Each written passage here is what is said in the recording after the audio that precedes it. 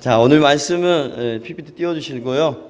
겸손, 의지, 순종, 이 세 단어입니다. 하나님의 말씀을 이 세 단어로 나올 텐데, 겸손, 의지, 순종은 명사입니다. 명사.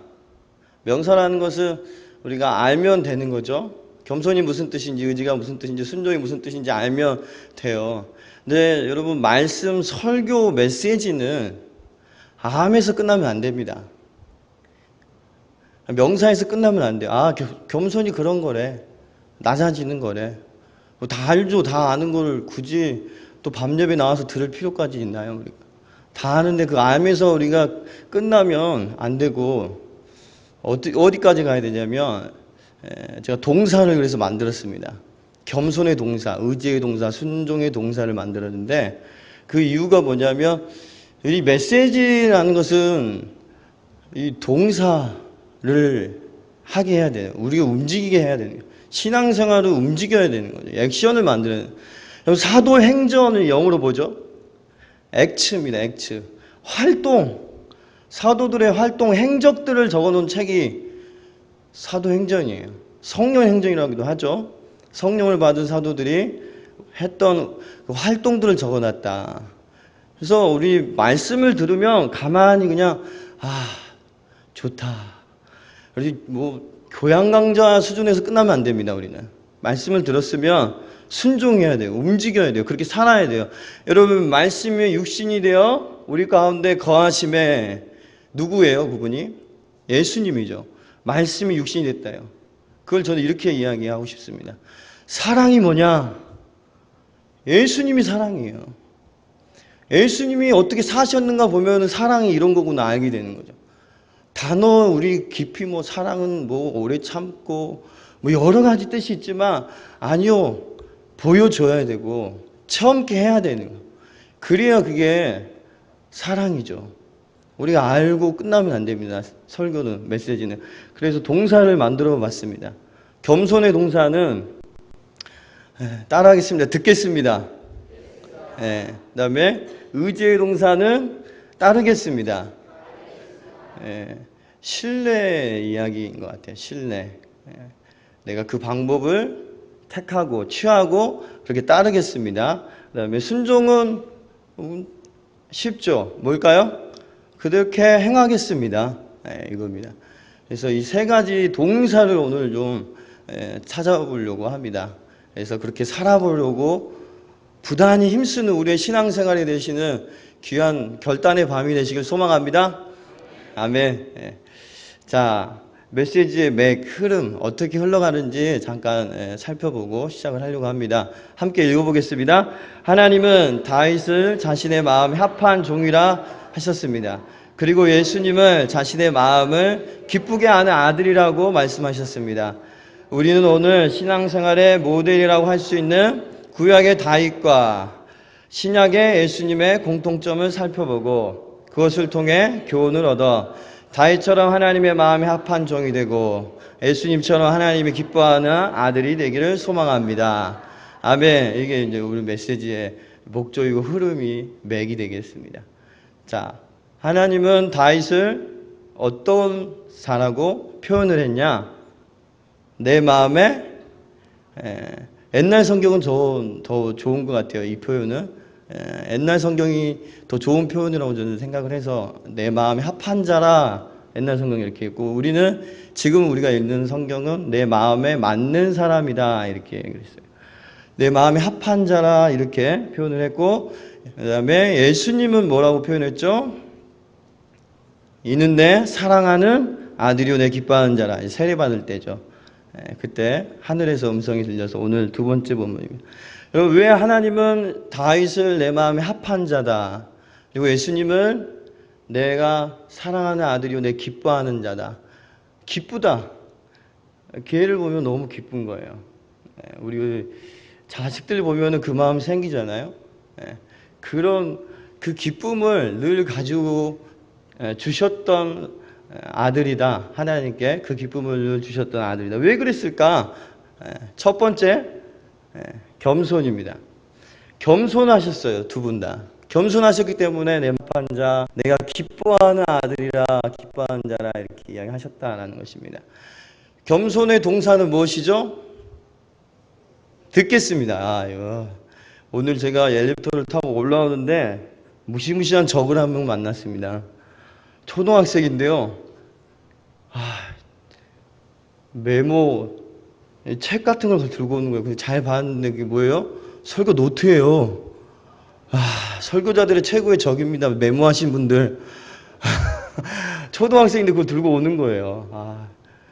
그런 의지를 가지고 있는 친구가 우리 교회에 있다니 너무 도전이 됐습니다. 겸손의 동사, 여러분 지금 다 집중하고 계신 것 같아요.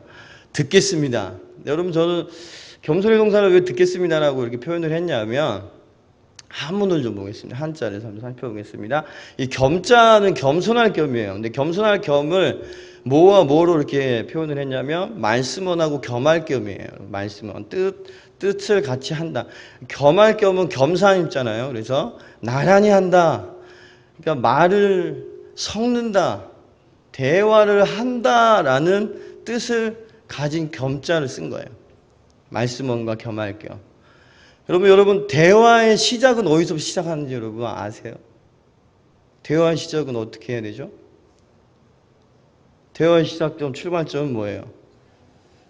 듣는 거죠, 듣는 거. 듣지 않는데 어떻게 대화가 돼요? 그거는 일방적인 대화 폭력이죠. 요즘에는 언어 폭력이라고 하잖아요. 일방적으로 계속 쏘아대요. 듣지 않고 자기 말만 하는, 이건 폭력이라, 언어 폭력이라 이야기하는데, 우리 아이들 여러분 어렸을 때 태어나가지고 말해요, 못해요? 못하죠. 근데 말 못하는 애한테 어떻게 그렇게 말을 거셔요? 우리 부모님들, 할아버지, 할머니들 계속 말 걸어요. 그죠? 근데 그게 다 들려 있는단 말이에요. 그러다 듣다 옹알이 하다가 터져요. 들으니까 나중에 대화를 하는 거예요. 소통, 불통이라고 하잖아요. 그죠? 듣지 않는 사람하고는 대화가 안 되는 거예요. 이 말씀원자고 겸할 겸자를 썼다는 것은, 여러분 겸손은 뭘 의미하는 거냐면 상대방을 존중하는 것이 겸손이에요. 그래서 겸손한 사람과 대화를 할 수 있는 거예요. 여러분. 상대방을 존중하니까 거기서부터 대화가 시작돼요. 존중하지 않으면 나이가 많다고 해서, 배운 게 많다고 해서, 가진 게 많다고 해서, 저 사람은 반대 사람이라고 해서, 가진 게 없고 배운 게 없고 나이가 어리다고 해서 존중하지 않으면 대화를 안 하는 거죠. 자기 말만 하는 거예요. 그래서 상대방을 존중하는 게 겸손이다라는 것입니다. 그래서 위치적으로 표현을 하면, 여러분 겸손의 반대말은 뭐죠? 교만이죠. 교만은 위에 있는 거예요. 그리고 겸손은 아래에 있는 거죠. 그렇기 때문에 이 위치가 안 맞아요. 그렇기 때문에 대화가 안 일어납니다. 그래서 겸손한 사람은 듣는 사람이다. 이렇게 표현할 수 있습니다. 겸손한 사람은 듣는 사람이다. 새기시기 바랍니다. 듣는 사람이 겸손한 사람이다. 다윗은 어땠을까요? 듣는 사람이었습니다. 함께 읽겠습니다. 여호와여 주의 도를 내게 보이시고 주의 길 내게 가르치소서. 주의 진리로 나를 지도하시고 교훈하소서. 주는 내 구원의 하나님이시니 내가 종일 주를 기다리나이다. 아멘. 보이시고 가르치시고 지도하시고 교훈한다는 것은 듣는다는 이야기죠. 듣는다는 마음이 전제에 있다는 거죠. 그래서 겸손한 사람이었어요. 종일 주를 기다리다, 빨간색입니다. 왜냐하면 여러분 다윗이 훈련받았던 장소는 어디예요? 광야입니다. 광야. 주를 기다리나이다. 광야에서 기다렸겠죠. 하나님의 음성을.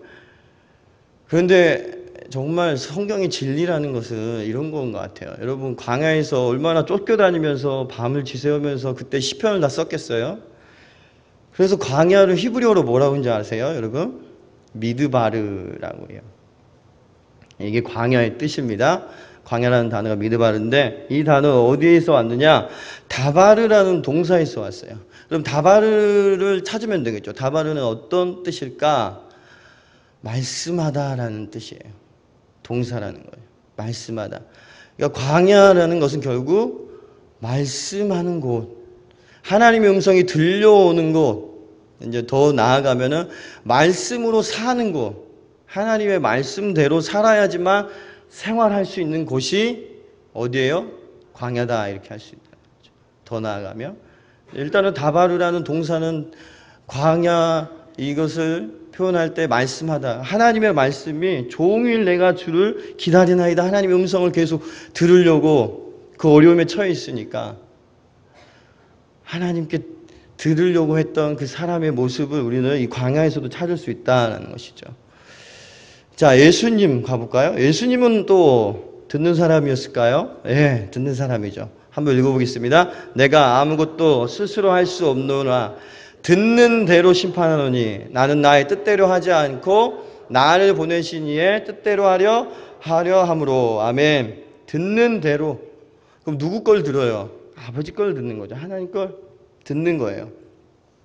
또 한번 읽겠습니다. 내 교훈은 시작. 내 교훈은 내 것이 아니요 나를 보내신 이의 것이니라. 아멘. 예수님의 말씀이에요. 내 교훈은 내 것이 아니라 나를 보내신 이의 것이니라. 얼마나 겸손해요. 듣는 사람이었다. 내 교훈은 아버지께로 들은 걸 그대로 이야기한 것뿐이다. 여러분, 듣는 것을 표현하는 단어가 있죠. 뭐죠? 기도죠. 예수님은 그래서 습관을 따라 기도하시는 분이셨어요. 하나님의 음성을 들으려고 그렇게 노력을 했던 분이셨죠. 그래서 겸손한 분이다, 이렇게 표현할 수 있겠습니다. 그래서 여기까지 우리가 정리해 보자면 겸손한 사람은 어떤 사람이라고요? 듣는 사람, 듣는 사람. 한 단계 더 나아가 보겠습니다. 듣는 사람은 어떤 사람이 되느냐? 지혜로운 사람이 돼요. 비약을 좀 하겠습니다. 점프를 시간이 없으니까. 이해가 되셔요? 듣는 사람은 지혜로운 사람일 것 같아요? 아닐 것 같아요? 듣는 사람이 지혜로운 사람이죠. 제가 갑자기 생각나는 그 시가 있으면, 시가라고 표현해요. 그 나이에 따른 아버지에 대한 인상이 다르다라는 그런 글이 있어요. 7살 때는 아버지에 대한 인상이 뭐냐면, 아버지는 슈퍼맨이다. 다 할 수 있다. 근데 초등학교를 들어갑니다. 근데 아버지보다 더 많이 아시는 분이 있어요. 누구요? 선생님이 계셔요. 그때부터 좀 이제 아버지에 대한 인상이 좀 바뀌기 시작합니다. 그러다 이제 10대 이제 말 안 듣잖아요. 그러면서 이제 기성세대는 아니다, 이렇게 아버지 이야기를 합니다. 그리고 이제 20대, 30대 말 안 하고, 부모님 말 안 하고 독립적으로 막 하다가 30대 넘어가지고 세상이 그렇게 센 데인지를 모르고 실패하고 떨어지고 합격할 줄 알았는데 떨어지고 막 이러면서 쓴맛을 보다 보니까 이제 아버지의 이야기가 조금씩 들려와요. 그러면서 이제 아버지에 대한 인상이 실패를 맛보고 30대, 40대에 좀 바뀌는 거야. 그러다 50대 아버지는 현명한 분이셨어요. 60대 가니까 아버지가 계셔요? 안 계시니까 이런 일이 있을 때 아버지가 계셨으면 조언을 들었을 텐데 이렇게 바뀐다는 거예요, 다시. 네. 여러분, 지혜로운 사람, 듣는 사람이죠. 네. 아버지의 그 이야기들을 들으면 그 많은 수많은 시행착오를 우리가 겪지 않지 않을까. 인생을 이미 살아보셨잖아요. 네. 근데 우리 안 들어요. 아버지 말도 안 듣는데 하늘에 계신 아버지 말은 자, 그래서 여러분 이 그림 한번 보세요. 겸손하면 사람들은 나에게 그들의 지혜를 쏟아붓는다. 이 그림. 너무 멋있지 않습니까? 위치학적으로 내려가면은 다 들어오게 돼 있어요. 위치학적으로 우리가 올라가면은 있는 것도 다 떨어뜨려 버려요, 여러분. 그러니까 늘 겸손하려고 들으려고 하고, 그래서 지혜가. 여러분 그거 아십니까? 우리 이제 성경 통독 완독하신 분들은 이제 발견하셨을 거예요. 솔로몬이 지난 성경에서는 지혜를 구했다, 이렇게 나오죠. 근데 우리 이번에 바뀐 성경은 다르게 나옵니다. 아시죠? 통독하신 분들은 다 읽었으니까. 뭘 구했죠? 1천 문제 드리고 하나님이 나타나시니까 지혜 아닌데요. 제가 말씀드린 듣는 마음을 주사. 왕상 3절 9절 제가 읽어드리겠습니다. 누가 주의 이 많은 백성을 재판할 수 있사오리까? 듣는 마음을 조에게 주사 주의 백성을 재판하여 선악을 분별하게 하옵소서. 들어야 여러분 지혜가 생기죠. 그래서 솔로몬이 지혜의 왕이에요. 듣는 마음을 주사. 그래서 듣는 사람이 지혜로운 사람이다. 여기까지 한 걸음 더 나가봤습니다. 여러분들 우리의 실정을 한번 봅시다. 이러고 있지 않나요? 더 나아가 보겠습니다. 기도를 누구한테 하는 건지 하나님께 해야 되는데 결국 나한테 자기 암시처럼 한다는 거예요. 계속 암시처럼 한다. 올바른 그림은 이거죠. 기도하면서 이런 일 일어나면 좋겠습니다. 하나님이 야 그거 이렇게 해야지. 아 맞아요. 교제가 일어나야 되는. 그리고 깊은 기도 가면은 하나님이 감동을 주시잖아요. 생각지도 못한 것들을 깨닫게 하시잖아요. 그때 그 교제 속에서 내 방법이 틀렸구나 인정하게 되고 하나님의 방법을 취하게 되고 이런 깊은 기도를 우리가 해야 된다는 것이죠. 야고보서 1장 19절에 너희가 듣기는 속히 하고 말하기는 더디하라 말씀하셨습니다. 에피텍투스는 이런 말을 했습니다. 여러분 우리가 두 귀와 하나의 입을 가진 것은 말하는 것보다 듣는 것을 갑절로 하기 위함이다. 독일의 신학자 폴틸리는 이런 말을 했습니다. 한번 읽어볼까요? 사랑의 첫 번째 의무는 귀로 듣는 것이다. 아이고, 이런 말 어떻게 하나님은 그에게 주신 거겠죠. 그가 생각한 게 아니라 그죠? 하나님을 보니 늘 예수님을 보니 듣는 사람이에요. 듣는 분이셔요. 그분들이. 그러니까 사랑한대요 우리를. 그러니까 늘 들으려고 준비하고 계셔요. 우리도 그렇게 살아야 된다. 그래서 여러분 옆에 있는 우리 안사람들 사랑하시죠? 예. 그럼 들어주셔야 된다는 거예요. 사랑의 첫 번째 의무는 듣는 거래요. 아유. 행복하시겠습니다, 집사님. 크게 아멘 하시네요. 자, 두 번째, 다윗과 예수님은 어떤 사람이었냐? 의지하는 사람. 하나님의 방법을 의지하는 사람. 하나님께 기댔어요. 여기는 신뢰가 좀. 의지의 동사 무엇입니까? 따르겠습니다. 하나님이 어떤 방법을 소개해 줬어요. 그러면 그것대로 따라한다는 거예요. 그래서 여기는 신뢰가 들어 있습니다. 의지는 그래서 신뢰의 문제인데 주님의 방법을 들었어요. 우리가 들었어요. 말만 하다가 이제 들었어요. 알려주셨어요. 그러면 그것을 따름, 선택, 취한다라는 의미를 갖고 있는데 언제까지요? 계속 그 방법을 따라하시길 바랍니다. 다윗은 그랬어요. 무슨 장면인지 여러분 다 아시겠죠? 사무엘상 24장의 내용입니다. 사무엘상 24장에 사울이 자신의 장인인데 죽이려고 합니다. 도망쳤어요. 그래서 광야에서 엔게디 광야에서 숨어 있는데 굴에 들어왔어요. 사울도. 그래서 잠자고 있는데 그때 다윗의 사람들이 이렇게 표현을 합니다. 다윗의 사람들이 옆에서 찔퍽찔퍽합니다. 기회입니다라고. 죽일 수 있는 이 고난을 끝낼 수 있는 기회, 절호의 찬스 놓지 마세요. 이렇게 이야기를 합니다. 근데 다윗이 그 방법을 거절합니다. 그리고 주의 종 기름 부은 사람을 해하는 것은 하나님의 방법이 아니다라고 이야기를 해요. 그리고 옷자락만 잘라 나오는 겁니다. 그리고 이제 났는데 여기서 끝나면 이제 신뢰 이야기가 안 나오는 거죠. 한 번 했으니까. 근데 26장에 가면 또 똑같은 사건이 일어납니다. 또 한 번 사울이 미쳐요. 여기서 한번 화해하는 것 같아서 돌아가다가 다시 또 뭐 미쳐서 잡으러 갑니다. 다윗을 또 도망갑니다. 이번엔 십광야로 나아갑니다. 또 똑같은 사건이 일어납니다. 사울의 군사들이 다 자요.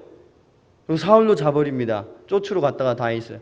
그때 아비새라는 다윗의 장군이라고 표현을 해도 되겠네요. 같이 갑니다. 그래서 아비새가 이번엔 다른 방법, 지난번의 방법, 그걸 또 이야기합니다. 기회입니다. 찬스입니다. 고통을 끝낼 수 있는 도망난 신세를 면할 수 있는 찬스입니다. 죽이십시오. 이렇게 했는데 다시 또 똑같은 방법을 신뢰합니다. 하나님의 방법을 또 똑같이 합니다. 주의 종을 해야 하는 것은 하나님의 방법이 아니다. 그리고 이번엔 뭘 갖고 와요? 창과 물병을 갖고 나옵니다. 24장은 옷자락을 비워 나오고 26장에서는 창과 물병을 가지고 나오는 사건이에요. 똑같은 사건인데 똑같이 또 해요. 그 고난이 또 계속 될 줄 알고도 하는 겁니다. 왜요? 하나님이 주셨기 때문에 그 방법을, 하나님이 기뻐하시기 때문에 그 방법을 고수한다는 거예요. 세상이 나를 바보 천치라고 이야기할지 몰라도 하나님은 그 방법을 기뻐하시니까, 아니 하나님이 주셨으니까 그 방법이 최선의 방법인 줄 알고 그렇게 하는 거예요. 다윗이. 그래서 사울이 이렇게 고백하죠. 나는 너를 학대하되 너는 나를 선대하니 너는 나보다 의롭도다. 이렇게 이야기를 하는 거예요. 악을 악으로 갚지 말고 손으로 악을 이기라. 하나님의 방법입니다. 따르겠습니다. 신뢰하겠습니다. 그 방법을 의지하겠습니다. 그래서 다윗은 따르는 사람이었어요. 내가 완전한 길을 주목하오리니. 세상이 이야기한다고 해서 그게 완전한 길이 아닐 수도 있습니다, 여러분. 하나님이 인정하고 하나님이 주신 방법들이 완전한 방법이고 완전한 길로 인도하는 것인지 우리가 믿습니다. 다윗은 주목했어요. 완전한 길이 무엇인지. 그래서 악을 악으로 갚지 않고 선으로 대했습니다. 주께서 어느 때까지 내게 임하시겠나이까. 내가 완전한 마음으로 내 집안에서 행하리이다. 내가 비천한 것을 내 앞에 두지 아니할 것이요.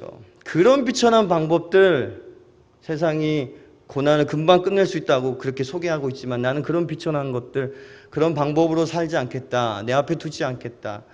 배교한 자들의 행위를 내가 미워하리니. 그렇게 표현해요. 신뢰가 들어있는 거죠. 배교, 신뢰가 들어있는 겁니다, 여러분. 예수님은 어떤 사람이었습니까? 따르는 사람이죠. 누구를요? 하나님의 방법을 따르는 사람이에요. 함께 읽겠습니다. 아들이 아버지께서 하시는 일을 보지 않고는 아무것도 스스로 할 수 없나니 아버지께서 행하시는 그것을 아들도 그와 같이 행하느니라. 아멘. 얼마나 겸손하죠. 스스로 할 수 있는 게 아무것도 없다니요. 하나님이신데, 그분도 똑같은 삼위일체 하나님이신데, 내 아버지께서 행하시는 그것을 보지 않고는 행하지 않는다. 똑같이 행한다 이거죠. 따른다. 그 방법대로 한다라는 것입니다. 그렇게 아버지의 방법을 신뢰하고 그 방법대로 따라하는 사람에게 주어지는 건 무엇입니까? 평안입니다. 평안. 그래서 이사야 26장 3절에 이렇게 말씀하죠. 함께 읽겠습니다. 주께서 심지가 평안한 자를 평강하도록 지키시리니 이는 그가 주를 신뢰함이니이다. 아멘. 평강으로 지켜주신대요. 주를 신뢰하는. 하나님의 방법을 쓰면은 여러분 당장의 결과가 안 나와도 기쁜 거 알아요? 평안한 거 알아요? 왜요? 하나님 뜻대로 했으니까 나에겐 책임이 없는 거죠. 여러분 그런 말 있죠. 세상말. 맞은 사람은 발 뻗고 자고 때린 사람은 웅크리고 잔대요. 이게 하나님 방법이죠. 사울은 웅크리고 잤을걸요? 그래도 다윗은 발 뻗고 잤을 거라고 생각해요. 하나님의 방법으로 늘 손으로 대했잖아요. 그러니까 그렇게 되는 거죠. 평안할 수밖에 없는 거죠. 또 여러분 다윗이 고백합니다. 내가 주를 의뢰하고 적군을 향해 달리며 내 하나님을 의지하고 담을 뛰어넘나이다. 아멘. 하나님의 방법을 썼기 때문에 사울이라는 거대한 담을, 장애물을 뛰어넘은 줄 믿습니다. 뛰어넘어야죠. 그 막 무너뜨리려고 막 똑같은 방법으로 막 싸우고 막 이렇게 하지 마십시오. 이건 우리 그리스도인의 방법이 아니에요. 뛰어넘어 버려야 돼요. 뛰어넘어 버려요. 나는 뭐죠? 다 뛰는 놈 위에 뭐가 있어요? 나은 놈이 있다고. 나은 사람이 되어야 돼요. 하나님을 의지할 때, 하나님의 방법을 의지할 때 우리가 날아갈 수 있는 줄 우리가 믿습니다. 그래서 여기까지 정리하면 다윗과 예수님은 하나님의 방법을 의지하는 사람, 따라하는 사람, 신뢰하는 사람이었다는 것입니다. 마지막으로 순종입니다. 예수님 다윗은 순종하는 사람이었다는 것. 자, 순종의 동사 무엇입니까? 쉬웠죠? 행하겠습니다. 네, 그렇게 행하겠습니다. 군소리 없이 그냥 딱 끝나는 거예요. 이런 말이 있습니다. 맞춰보실래요? 언제나 몇 사람의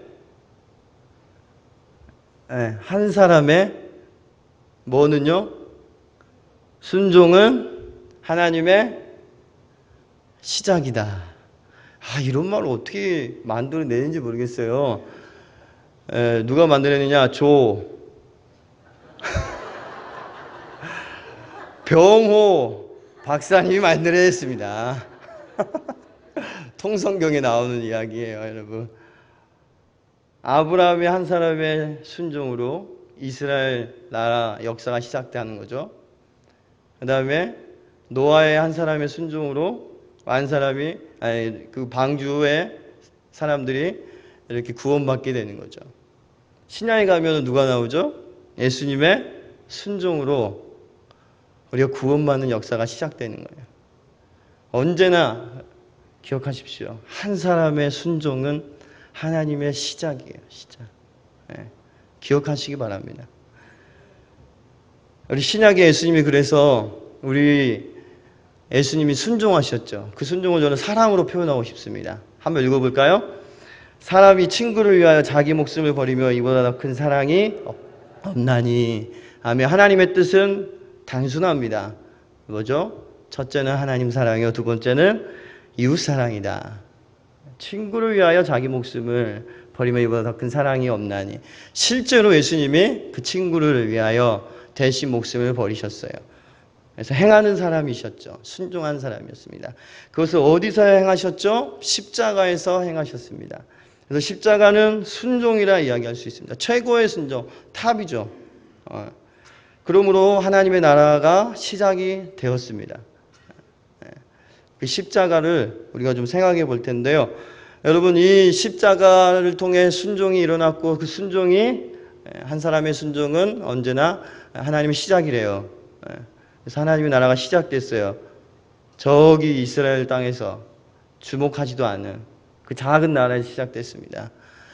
그게 유럽을 거쳐 아시아에 왔고 아프리카로 지금 계속 진행되고 있습니다. 하나님의 나라가 진행되고 있습니다. 근데 이 하나님의 나라는 유명한 말 있죠. No cross, no crown. 이야기하면 뭐죠? 십자가 없이는 영광도, 크라운, 여기 관이죠. 영광도 없다라는 거예요. 순종 안에 이게 들어가야 됩니다. 그래서 여러분, no cross, no crown. 순종, 이 십자가 없이는 영광도 없다. 순종은 신앙의 꼭지점입니다. 여러분, 예수님께서는 하나님의 아들이셨지만 고난을 통해 순종하는 법을 배웠고, 그래서 예수님은 우리의 완전한 대제사장이 되시고 그에게 순종하는 모든 자에게 구원을 주셨습니다. 이게 하나님의 나라의 시작이죠. 그는 하나님에 의해 멜기세덱의 계통을 따른 영원한 대제사장이 되었습니다. 이게 히브리서 5장 8절에 10절 말씀 쉬운 성경으로 풀어놓은 건데요. 앞절을 보시면 여러분, 고난을 통해 순종하는 법을 배워서 그게 하나님 나라의 시작이 되었다. 노크로스. 여러분, 십자가 없이는 영광이 없다. 예수님은 우리의 완전한 대제사장이 되시고 멜기세덱의 반차를 따른 대제사장이 되셨어요. 그 순종을, 그 고난을 통해서 순종을 이루셨기 때문에, 그 십자가를 통해서 이루셨기 때문에 예수님이 우리의 대제사장이 된다는 거예요. 영광이죠. 가장 큰 영광. 그래서 여러분, 순종은 신앙의 꼭지점이에요.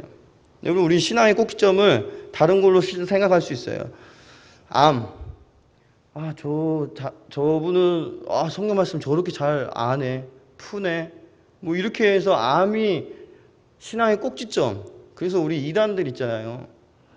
기성교회에 대해서 자기들이 막 다 아는 것처럼 이야기하면서 기성교회는 다 모른다, 이게 풀렸다, 뭐 이렇게 이야기하면서 이야기하는데, 그래서 뭐 여러분, 그들이 이제 빠져 있는 게 뭐냐면, 여러분, 이런 영적인 깨달음의 그 카타르시스, 거기에 머물러 있는 거예요.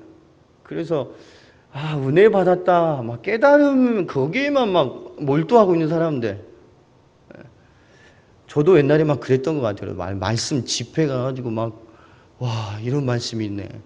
또 저기 가가지고 기웃거리고 이기 가고 저기 기웃거리고 나중에는 본교회 말씀이 안 들어와 버려요. 이게 맹점이죠. 여러분 진짜 여러분 신앙의 꼭지점은 답은 이게 암이 아니에요. 순종이에요. 순종. 암면 뭐 할 거예요, 여러분? 순종 하나 한 것보다 여러분 못하는 게 암이에요, 사실은. 되려 여러분 전도서에 그런 말씀 있죠. 많은 지식이 우리를 변민하게 한다. 많은 지식이 여러분 우리를 행동하지 못하게 해요. 순종의 자리로 나아가지 못하게 해요, 여러분. 직분을 받았다고 해서 신앙의 연수가 깊다고 해서 봉사 개수가 많다고 해서 헌금을 많이 했다고 해서 그 사람이 신앙의 꼭지점 탑에 있는 게 아니라 순종하는 사람, 행하는 사람, 오늘 말씀을 오늘 들었으면 그대로 행하고 있는 사람이 하나님 앞에서는 신앙의 꼭지점 탑에 있는 사람인 줄 믿습니다.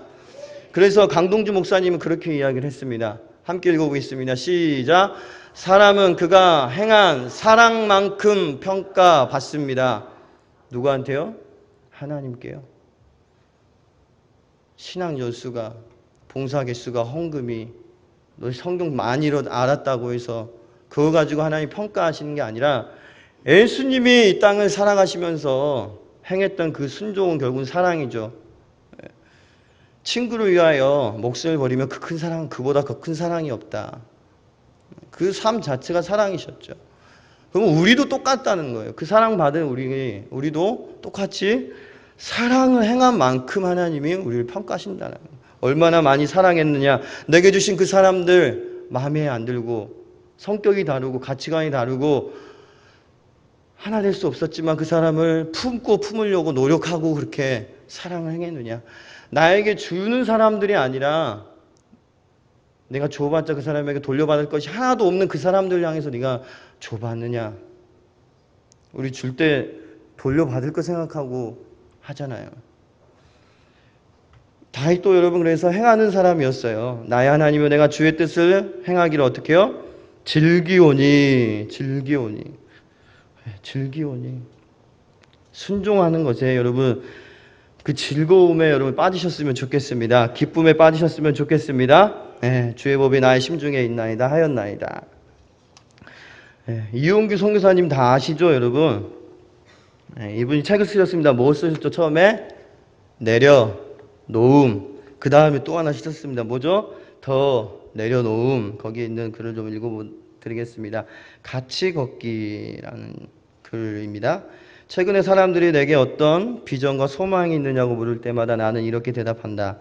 그저 제가 하나님의 방해꾼이 되지 않으면 좋겠습니다. 지난 7년간의 사역을 돌아보니 선교 사역에 있어서 가장 큰 방해꾼은 다름 아닌 생각이 바뀌지 않는 나 자신임을 알게 되었습니다. 내 영향력이 커지면 커질수록 내 사역의 영역이 넓어지면 넓어질수록 나는 하나님의 방해꾼이 될 가능성이 점점 커짐을 보게 되었습니다. 처음 선교지를 갈 때만 해도 그래도 내가 쓰임을 받을 때가 좀 있으니까 하나님이 나를 선교지로 보내시는구나 라고 생각했습니다. 그런데 어느덧 선교지에서 철이 들고 보니 내가 쓰임받을 구석이 있는 것을 보시고 하나님이 나를 선교지로 부른 것이 아님을 깨달았습니다. 내가 하는 놀라운 일들을 함께 보지 않겠니? 같이 걷기죠.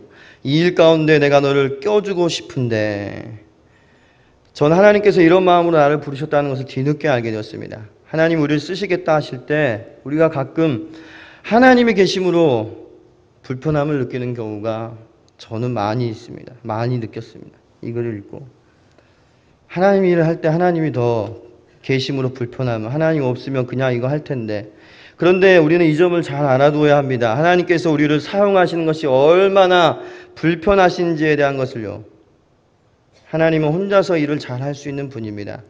우리의 도움이 그분에게 필요한 것이 아닙니다. 이러시면서 그분이 하시는 말씀이 나와 다른 하나님의 생각에 대해서 어떻게 반응하는지를 보면 나와 하나님의 관계를 점검할 수 있다고 말합니다.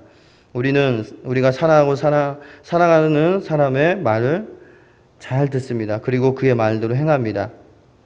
겸손, 의지, 순종 이 세 단어는 영적 세계에서의 성숙을 표현하는 단어입니다. 어떤 사람이 영적 세계에서 성숙한 사람이라고 할 수 있습니까? 바로 겸손해서 항상 듣고 또 주님의 방법을 의지하여 따라서 순종하고 행하는 사람입니다. 세상에서 요구하는 성숙과는 반대라는 것입니다. 여러분 우리가 우리 아이들이 장가를 가야 독립을 해야 어른이 됐다고 하죠. 근데 신앙의 성숙은 거꾸로라는 거예요. 아기가 되어가는 거예요. 그래서 하나님 없으면 안 됩니다. 듣겠습니다. 그 방법 내가 세상이 뭐라고 할지라도 바보처럼 천지처럼 믿고 주님을 신뢰하고 그 방법대로 따라 하겠습니다. 아버지께서 보여주셨으니까요. 그렇게 행하겠습니다. 하는 사람, 아버지 없으면 안 되는 사람, 그 사람이 영적 세계에서 성숙한 사람이다라는 것입니다. 이런 이야기를 썼어요. 이제 말씀을 마치겠습니다, 여러분. 그림 보시고 마칠 텐데요. 뭐예요? 길입니다, 길. 아름답죠? 여러분, 길의 존폐는 뭐에 달려있는지 아세요? 사람이 이용하느냐 안 하느냐. 첫사람이 갔어요. 근데 뒷사람이 안 가요. 그러면 같이 덤불로 덮이겠죠. 그러면 길이 안 생깁니다. 그래서 길은 길도자 이렇게 얘기해서 이치나 방도, 근원, 기준, 모범, 모델이라는 뜻으로도 사용됩니다. 그죠? 길은 누군가가 또 그 뒤를 따라가야 돼요. 그래야지 길이 생기는 겁니다. 그러면 구약의 사람들은 다 누구를 따라 행해야 됐을까요? 다 위시예요. 열왕기 상하를 보면은 이런 이야기가 나옵니다. 여러분, 남유다는 19명의 왕이 있었고 북이스라엘은 20명의 왕이 있었어요. 근데 이 29명의 왕을 평가할 때 다 누구 기준을 두고 평가한지 아세요? 다윗이에요. 한번 읽어보도록 하겠습니다. 요시아가 여호와 보시기에 정직히 행하여 그의 조상 다윗의 길로 행하고 좌우로 치우치지 아니하였더라. 이렇게 평가한다고요. 구약의 사람들은 다윗이 기준이고 다윗이 길이에요. 그거 벗겨가고 다른 길로 가면은 틀렸다 이렇게 이야기한다는 거예요. 왜요? 하나님 마음을 합한 사람이었거든요. 늘 들었고 늘 그대로 따라했고 실천했던 사람이기 때문에요. 그럼 신약은 누구예요? 예수님의 길이죠. 내가 곧 길이요 진리요 생명이니 나로 말미암지 않고는 아버지께로 올 자가 없느니라. 아멘. 히브리서 12장 2절 믿음의 주요 온전케 하시는 인 예수를 바라보고 똑바로 걸어가시기 바랍니다. 예수님이 길입니다. 다른 길은 없습니다. 거기에 영생이 있고 우리의 구원이 있는 줄 믿습니다. 우리 함께 찬양하고 우리 기도하도록 하겠습니다.